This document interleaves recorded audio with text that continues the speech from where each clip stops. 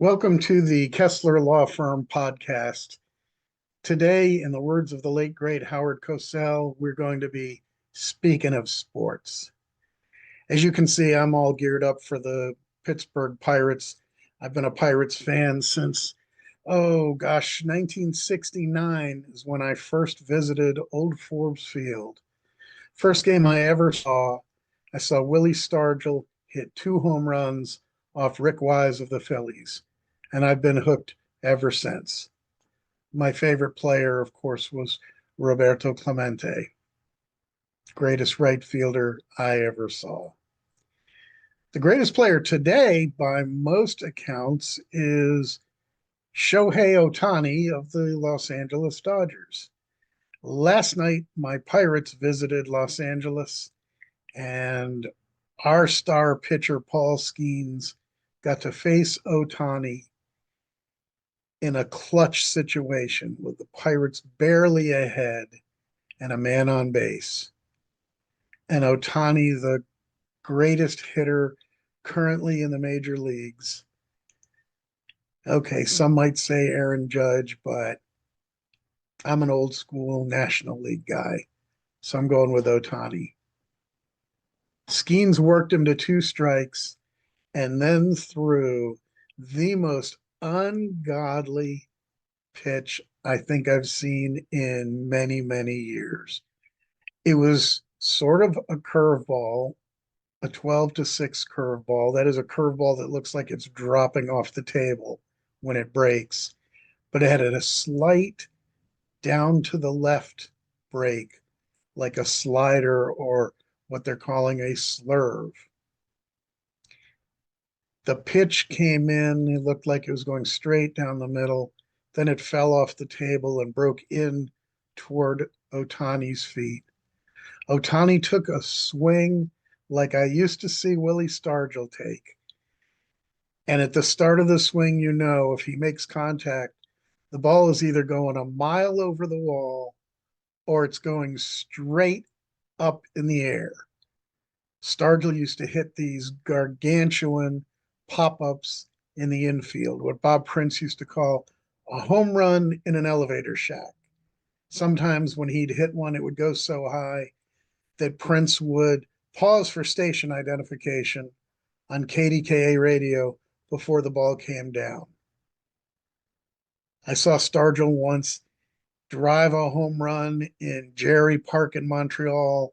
It not only cleared the wall and cleared the bleachers, but it landed in the hotel pool beyond the right field stands.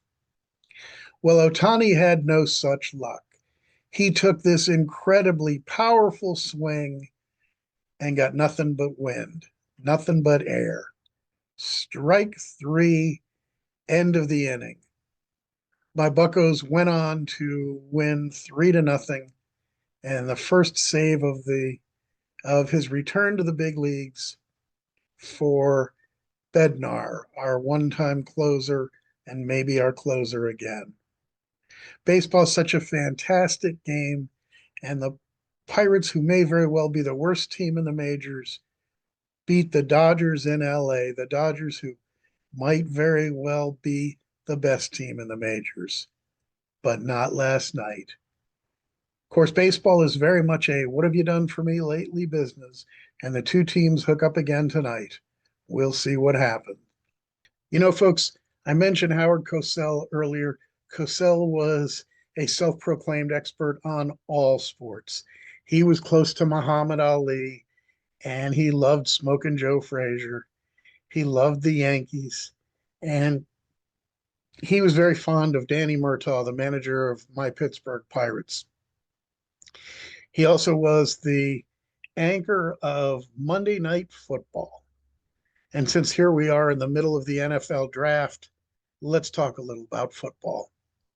The biggest story seems to be the so far surprising fall of Shedeur Sanders, son of primetime and Big 12 Offensive Player of the Year.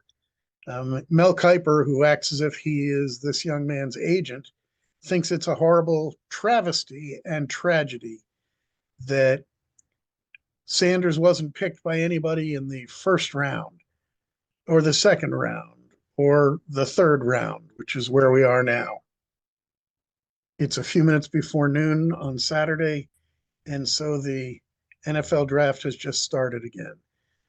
Kuiper's biggest complaint seems to be that my beloved Pittsburgh Steelers didn't take Sanders with their first round pick. I'm glad they didn't. Nothing against Sanders. He may be a great quarterback in his time, but the Steelers' biggest need this year was a monster defensive tackle, and that's what they got in Derek Harmon. Steelers didn't get another pick until number 83 in the middle of the third round, and they probably considered taking a quarterback then, but they felt the bigger need was a power running back. So that's who they drafted. I'm interested to see, I'm just fascinated by all the conspiracy theories of why this young quarterback has fallen so far. And maybe, like Michael Jordan, he'll wear it as a chip on his shoulder and prove the world wrong. I'm reminded that Brock Purdy of the 49ers was Mr. Irrelevant in his draft. That's the name they give to the very last player chosen in the very last round. He seems to be having a pretty good career. And Tom Brady, who even I recognize as the GOAT, the greatest of all time, was a sixth round draft pick. So I'm not going to consider it a travesty or a tragedy that Shedeur Sanders has fallen. Let's see where he ends up, and then let's keep an open mind and see what kind of a career he has. It's okay with me if the Steelers draft him in the fourth round and the circus comes to town. I don't mind circus players. I don't mind clowns as long as they perform. I was a big fan of Antonio Brown as long as he was getting 100 catches and 1,000 yards and all of those touchdowns. We could put up with his antics. Same with James Harrison. Same with Le'Veon Bell. And the list goes on and on and on. Right now, the Steelers have George Pickens, who's something of a sideshow act. But boy, is he fast and talented. And it's okay with me if they keep him, just as long as he performs. Performance is key in football, in baseball, and in the courtroom. Thank you for joining us today on the Kessler Law Firm podcast with a tip of the hat toward the Pittsburgh Pirates. And we'll see you again next time. If you don't want to miss an episode, you can find us on YouTube and feel free to hit join or subscribe so you never risk missing an episode. We'll see you again around the block. Goodbye for now.